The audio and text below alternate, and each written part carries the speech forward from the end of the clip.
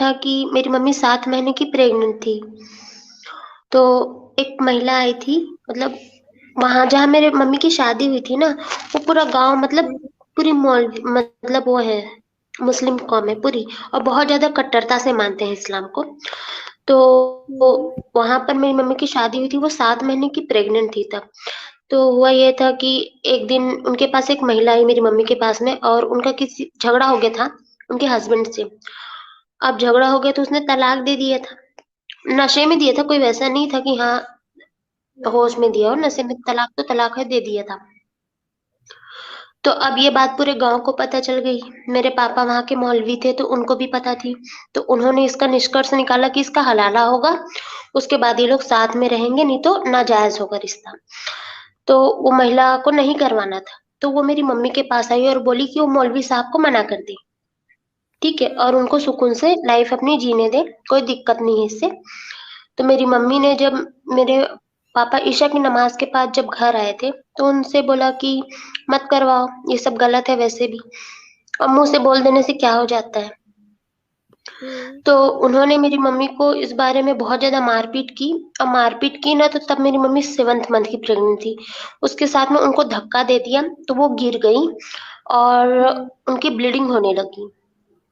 हम्म, मेरे पापा देख रहे हैं कि उनकी ब्लीडिंग हो रही है, वो अनकॉन्शियस होती जा रही है, बेहोश होने की कंडीशन में है।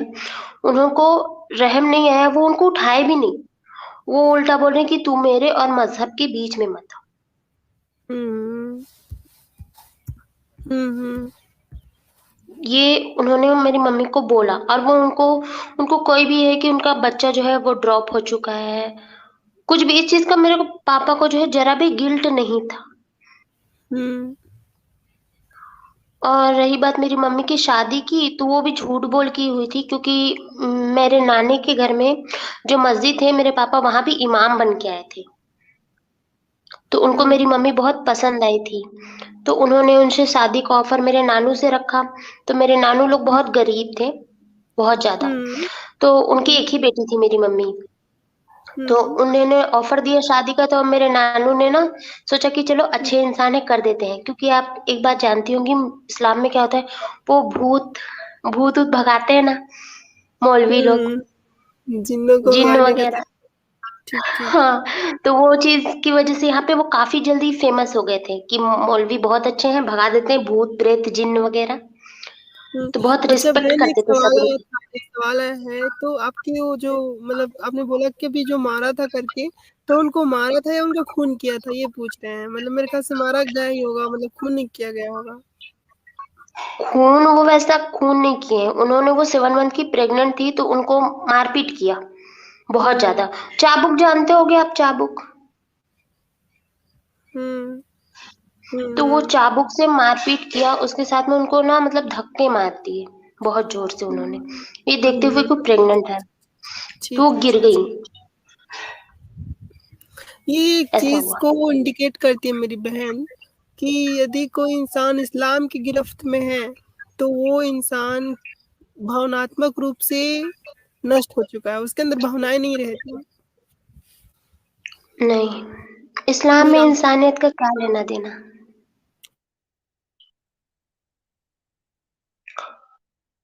तो मेरे नानू ने ना मम्मी की क्या सोच समझी नहीं, ज्यादा मतलब जांच पड़ताल ज्यादा की नहीं, और निकाह करा दिया मेरे फादर से। निकाह कराने के बाद कुछ वक्त तक, जब वो तक यहाँ मेरे नानू के शहर में थे, तब तक सब ठीक था, कुछ दिक्कत नहीं हुई। दिक्कत शुरू हुई जब उन्होंने सोचा कि चलो अब अपने घर तरफ ही चलते हैं, और वहीं मतलब इमामगिरी करेंगे। तो कुछ महीने हुए थे तो उन्होंने मम्मी को लेके चले गए। जब लेके गए तो मम्मी को वहां जाकर पता चलता है कि इनकी पहले से शादी हो चुकी है और इनके बच्चे हैं, एक बच्चा है, और बीवी जो है वो प्रेग्नेंट है, हुँ, वहां जाकर। फिर हम्म। हेलो क्या मेरी वॉइस आ रही है? हाँ, आ रही है। हाँ, फिर क्या हुआ? तो जब मेरी मम्मी को वहां पर उनके घर जाकर अपने ससुराल में पता चला कि चलो इनकी एक वाइफ है, प्रेग्नेंट है, और एक बेबी भी है, तो उन्होंने पूछा हुँ, कि हुँ, ऐसा आपने मुझे बताया नहीं और शादी कर ली मेरे से। आपने हुँ, पहले ये सब कुछ मुझे नहीं बताया था। तो उन्होंने पहले तो काफ़ी दिनों तक इग्नोर किया इस सवाल को, नहीं जवाब दिया। लेकिन मम्मी क्या है ज़िद करने लगी, बार-बार एक ही चीज़ को पूछने लगी, तो उनको बहुत गुस्सा आने लग गया। तो उन्होंने मम्मी को बो तब से मारपीट जो शुरू हुई, वो हर रोज़ मेरी हुँ। मम्मी को भी मारते थे, जो बड़ी अम्मी थी, वो प्रेग्नेंट थी, उनको भी मारते थे। अरे रे! हुँ, मतलब उसकी कोई लिमिट नहीं थी और वे एक बार मेरी मम्मी को इतना ज़्यादा मारा था कि वो बेहोश हो गए थे, कमरे में थे, बेहोश हो गए थे। तो फिर थोड़ी देर बाद उनके पास बड़ी अम्मी आईं और उन्होंने उनको दवा लगाया, होश में लाया और बोले कि कहाँ आ गई हो तुम?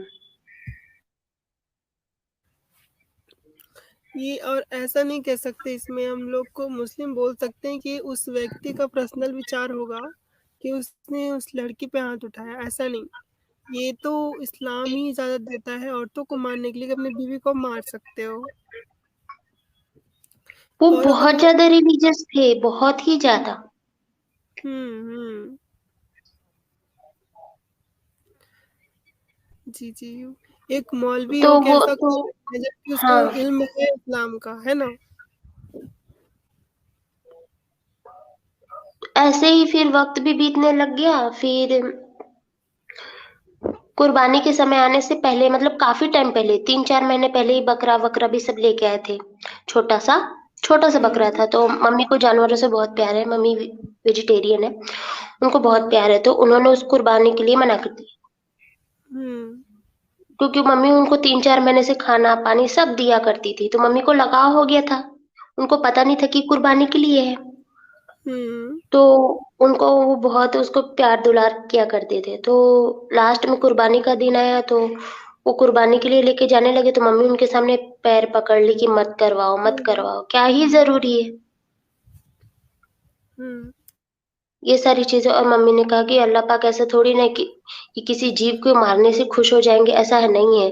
कोई भी खुदा हुँ, ये नहीं कहेगा। ये चीज़ हुँ, उन्होंने बोला और फिर मम्मी क्या है ना पढ़ी-लिखी थी। मेरी मम्मी हुँ, बीए तक फाइनल की है, तो उन्होंने बहुत ज़्यादा उनको मना किया था। लेकिन मेरे हुँ, पापा ने मेरी मम्मी के ऐसे बाल-वाल पकड़े और उनका सर जाके हुँ। उसमें पटक दिया। तो मम्मी का सर अभी भी निशान है मतलब फूट गया था पूरा। देखो, मुझे ना ये जो घरेलू हिंसा है ये मुझे बिल्कुल पसंद नहीं। ऐसे ही मैं एक चीज़ बताती हूँ आपको, मैं जब अपना घर नहीं छोड़ी थी तो मैं एक एनजीओ में काम करती थी वहाँ पर। तो वहाँ जो है वो बहुत कम लोग जो है पढ़े-लिखे होते हैं, जहाँ मैं रहती थी वहाँ।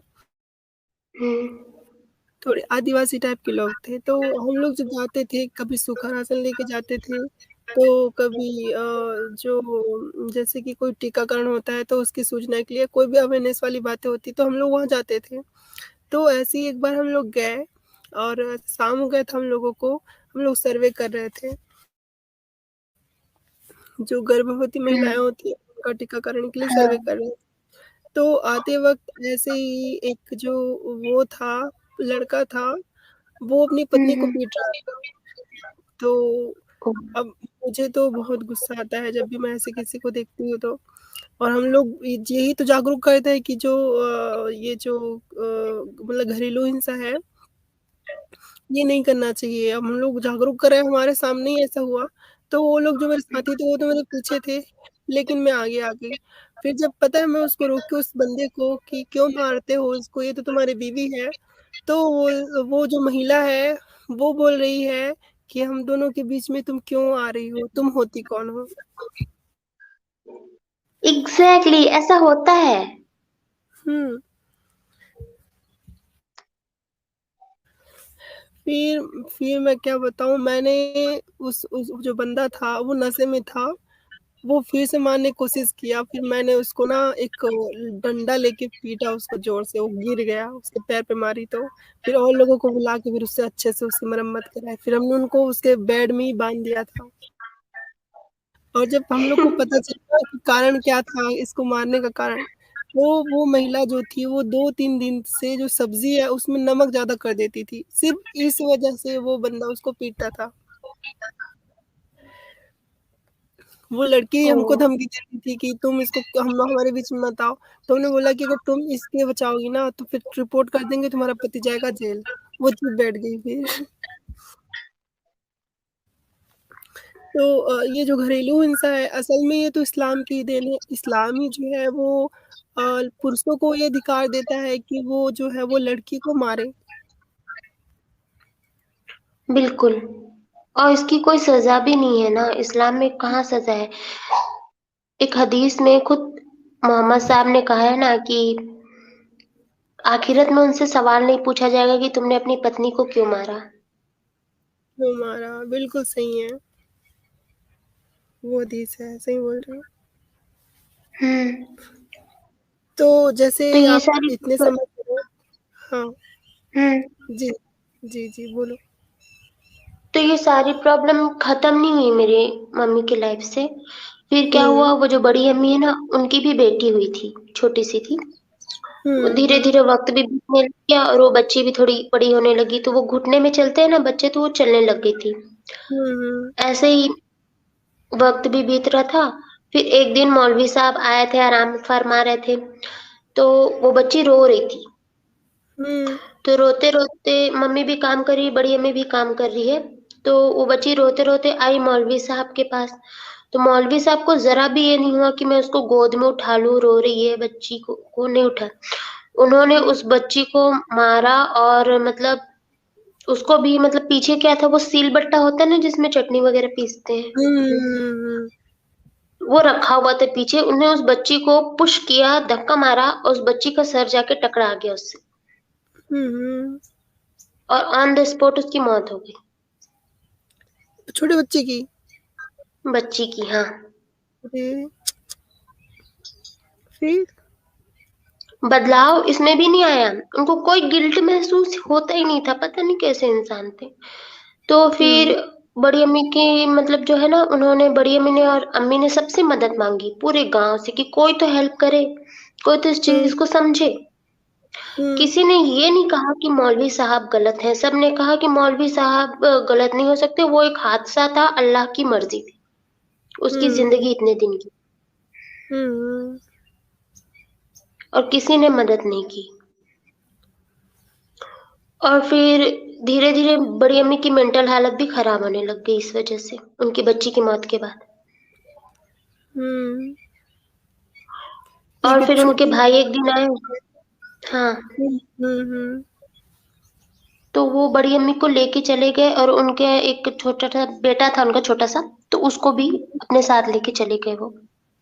हुँ, बच गई सिर्फ़ मेरी मम्मी। हुँ। तो फिर मेरी अच्छा, मम्मी को भी ऐसे ही मारते-पीटते थे। मतलब आपकी जो बड़ी मम्मी थी, वो चली गई थी उनको छोड़ के, उसके बाद आपकी जो मम्मी बची उनके साथ भी वो मार-पीट करते थे। हाँ, ये जो है ना आप जो घटना बता रहे हो, वो हर मुस्लिम फैमिली में मतलब समझ लो 100 में से 98% मुस्लिम फैमिली में मार-पीट मर्द जो है वो औरतों के साथ करता है और उसको सपोर्ट कौन करता है? उसको सपोर्ट करता है कुरान, इस्लाम। हुँ, हुँ।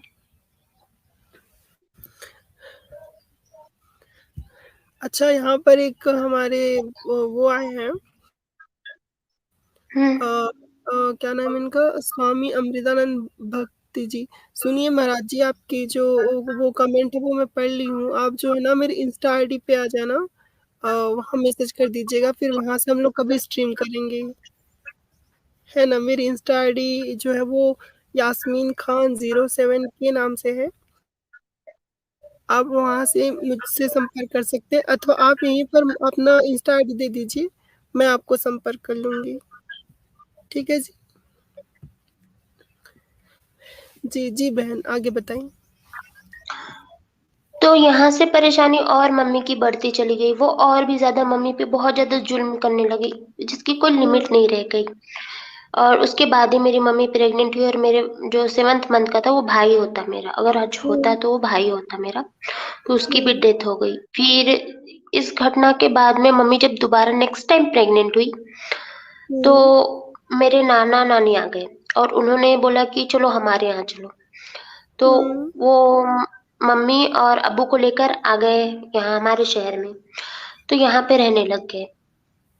अब यहाँ पर रह रहे थे तो अब्बू देखे कि ठीक है यहाँ पे लड़की पैदा हुई है, तो उन्होंने कोई ना तो कोई खर्चा उठाया, ना कुछ बोला, ना गोद में लिया। वो वहाँ से वापस अपने शहर चले गए, देखा तक नहीं हुँ, उन्होंने मुझे।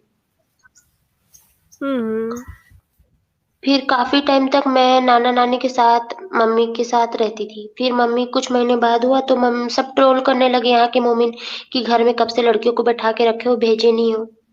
मम्मी ने हुँ, नाना-नानी को सारी कंडीशन बता दी थी। तो हुँ, नाना-नानी भी बहुत गरीब थे, प्रॉब्लम में थे, तो उन्होंने सोचा ठीक है भेज देते हैं, थोड़ा एडजस्टमेंट हो जाएगा। शायद वक़्त के हुँ, साथ बदल जाएगा। उन्होंने भेज हुँ, दिया और मम्मी भी चली गई। क्या करती, मजबूर थी, चली गई। हुँ, जब वो वहाँ पर गई, तो फिर मेरे साथ भी मतलब मेरे मेरे को अब्बू मारेंगे करके मम्मी हमेशा मुझे बचपन से ही बाँध के रखा करती थी, कभी खुला नहीं रखती थी। हुँ, तो मुझे बाँध के रखा करते थे और खुद घर का काम वग़ैरह करते थे। रोज़ मार उनका मार खाने का ये था कि वो रोज़ मारते थे मम्मी को। ओह! कितनी दुःख की बात है। मैं होती तो ना मैं सच कह रही हूँ, मैं आपके ना पिता का सिर फोड़ देती। मुझे सहन नहीं होता। और फिर मम्मी को पता चला कि उनके पापा की तबीयत ठीक नहीं है, मतलब नाना जी की तबीयत ठीक नहीं थी, तो उन्होंने बोला इकलौती लड़की है, दामाद है, उनको एक बार आखिरी समय पे देखना चाहता हूँ। तो हुँ, मम्मी ने पापा के सामने बहुत गिड़गिड़ाया कि चलो चल के देख लेते हैं। पापा नहीं माने। फिर मेरी नानी ने उनको लेटर भेजा था मम्मी को कि उनके पापा की डेथ हो गई, मतलब मेरे नाना जो है मर चुके हैं। तो हुँ, मेरे अब्बू ने ये चीज़ मम्मी को नहीं बताई हुँ, कि उनके फादर मर चुके हैं। फिर मम्मी को झाड़ू-वाड़ू लगाते समय दिखे लेटर वग़ैरह, तो उन्होंने पूछा कि आपने मुझे हुँ। बताया नहीं, तो मैं बोले कि मैं भूल गया था और मैं ज़रूरत भी नहीं समझता। क्या ही करना है बाप रे! जाकर के अभी। इतनी बड़ी बात हो हुँ, हुँ, तो मम्मी उनसे बहुत ज़्यादा झगड़ा लड़ाई करने लग गई थी। वो स्वाभाविक है। तो झगड़ा हाँ, तो बहुत ज़्यादा मम्मी झगड़ा करने लगी। तो मेरे अब्बू ने क्या किया, उनका हाथ पकड़ा और चूल्हा नहीं होता जो खाना बनाते हैं, उसमें जाके उनका हाथ डाल दिया, तो मम्मी का वो हुँ, हाथ पूरा जल गया और आज भी वो हाथ वैसे ही जला हुआ है, मतलब उनके फिंगर्स वो काम नहीं करते। हुँ। जी, जी, जी।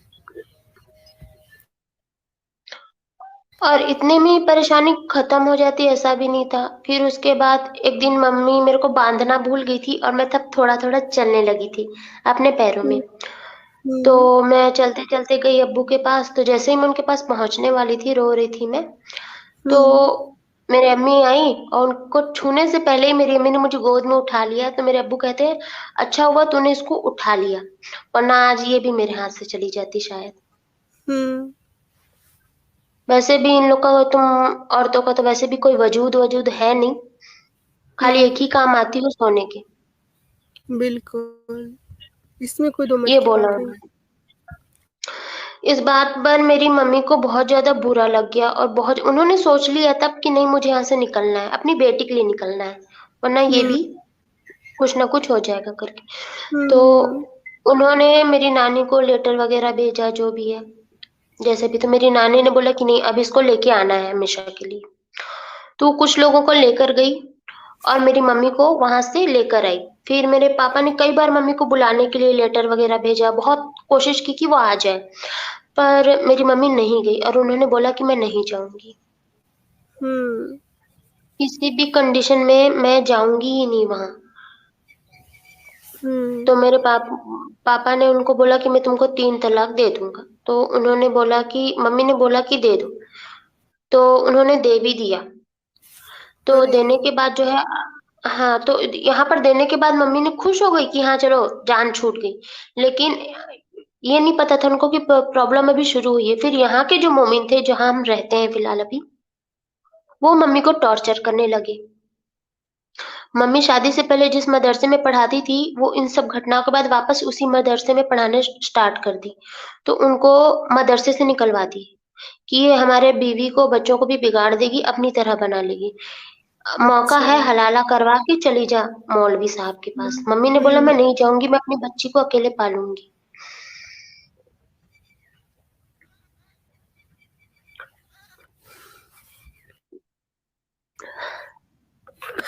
उसके बाद हुँ, उसके बाद क्या हुआ कि हम एक छोटे से झोपड़ी से घर में रहते थे। हुँ, तो क्या किया इन लोगों ने, उस घर का जो छप्पड़ होता है ना, हुँ, छप्पड़, मिट्टी के घर में जो छप्पड़ नहीं लगा रहता, हुँ, आप हुँ, जानते होंगे शायद। तो हुँ, उसको जानती पत्थर मार-मार के पूरा चूर कर दिया, यहाँ की मम्मी ने। हुँ, तो बारिश का जितना भी पानी होता था, वो सब हमारे घर में आ जाया करता था और हम घर में मतलब छाता-वाता लगा के रहते थे। अरे, अरे! और मम्मी को ये जहाँ भी जॉब करती थी, वहाँ से निकलवा दिया जाता था कि ये सही औरत नहीं है।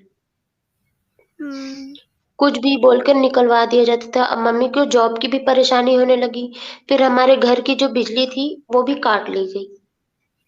हुँ, और हुँ, मेरी नानी को, मतलब नाना जी के मरने के बाद मेरी नानी को पैसे मिलते थे 300 रुपए, हुँ, तो विधवा पेंशन के रूप में।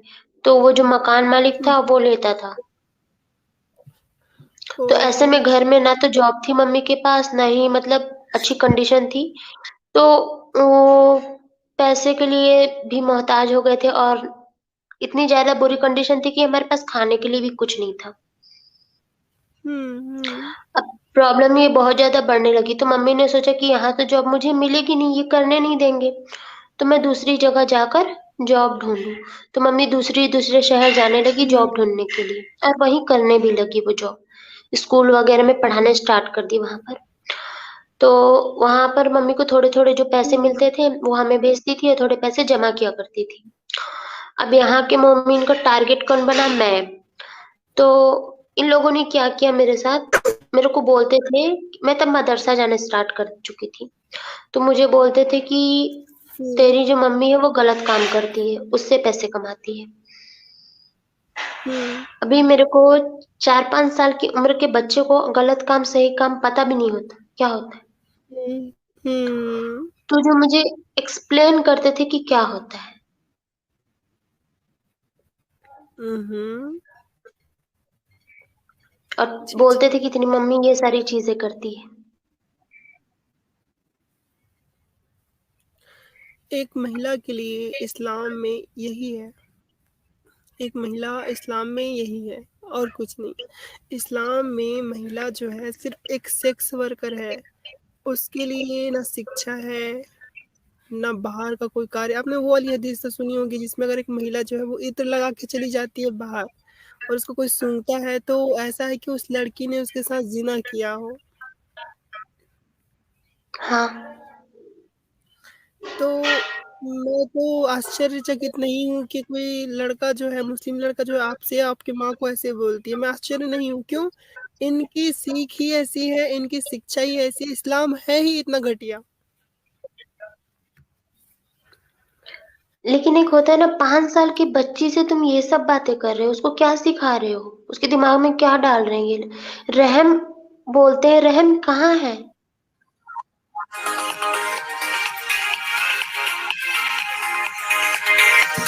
1 सेकंड ना।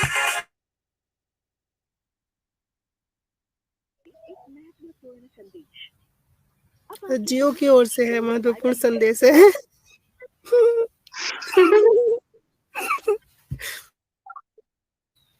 जी, जी, चलो। अच्छा हो गया, मतलब थोड़ा माइंड डिस्टर्ब हो गया था ये म्यूज़िक।